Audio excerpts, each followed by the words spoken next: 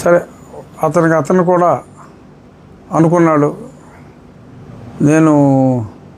అవును నేను లిల్లీ పుట్టినే, నువ్వెంతున్నావు, నీ శరీరానికి వస్తే ఎన్నో ఊర్లకు సరిపోతుంది.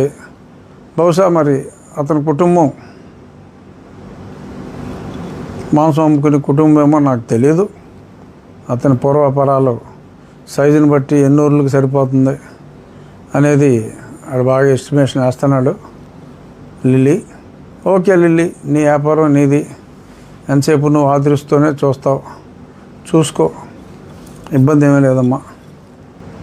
పొద్దున్న నన్ను అడిగారు, ఒకళ్ళిద్దరు ఫోన్ చేశారు, మీరేమైనా కంప్లైంట్ ఇద్దాం అనుకుంటున్నారా, వీడి మీద కంప్లైంట్ ఇద్దాం అనుకుంటున్నారా? ఎందుకంటే అతను ఒక హత్యకు ప్రేరేపించే విధంగా మాట్లాడాడు, సమాధి కడతానన్నాడు, నాలుగు కోసి వేరే వాళ్ళకి పార్సిల్ చేస్తానన్నాడు.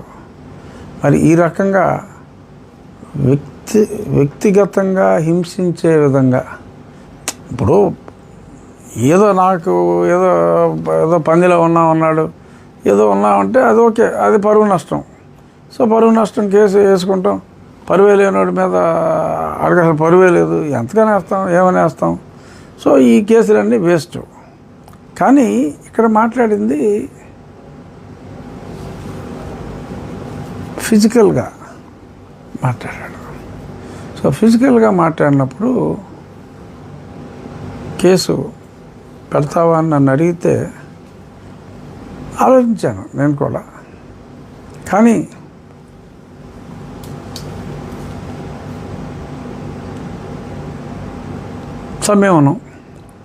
కాస్త సంయమనం. ఎందుకంటే మొన్న మధ్య పవన్ కళ్యాణ్ గారు ఒక స్టేట్మెంట్ ఇచ్చారు. ఏమని చెప్పారు మీకు గుర్తుందా?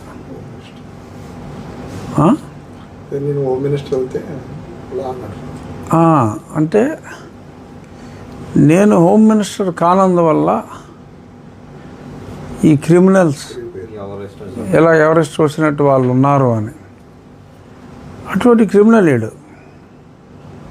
బరి తెగించి బజార్లమ్మట తిరుగుతూ, మరి ఆడికి పర్మిషన్ ఎవరు ఇచ్చారో, ఇలాగా బరి తెగించి మాట్లాడే వాళ్ళకి ఎవరు ఎందుకు ప్రోత్సహిస్తున్నారో తెలియదు. మరి బరి తెగించి మాట్లాడి ఇలా చేశారు క్రిమినల్ లాగా. సో ఇటువంటి క్రిమినల్స్ ఆట కట్టిస్తాను అని, హోమ్ మినిస్టర్ అయితే ఆట కట్టిస్తానని పవన్ కళ్యాణ్ గారు అన్నారు. సో పవన్ కళ్యాణ్ గారు మాట్లాడారు అంటే ఆయన ఊరికేనే మాట్లాడరు.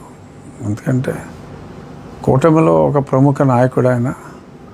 మరొక కూటమిలో తెలుగుదేశం పార్టీ తర్వాత ఎక్కువ స్థానాలు ఉన్న పార్టీ నాయకుడిగా, ప్రజల్లో ఎంతో ఆదరాభిమానాలున్న వ్యక్తిగా మరి ఆయన ఆ మాట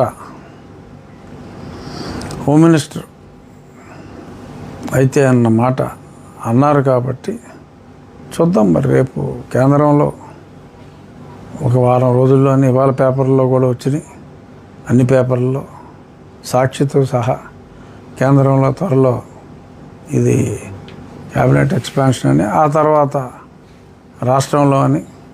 ఏమో పవన్ కళ్యాణ్ గారు హోమ్ మినిస్టర్ అయితే, ఎందుకంటే నా నాలుక ఆయనకే కానుగ్గా భయపెట్టే విధంగా ఇస్తానన్నారు కాబట్టి, పవన్ కళ్యాణ్ గారు హోమ్ మినిస్టర్ అయ్యాక నేను ఖచ్చితంగా కంప్లైంట్ ఇద్దాం అనుకుంటున్నాను.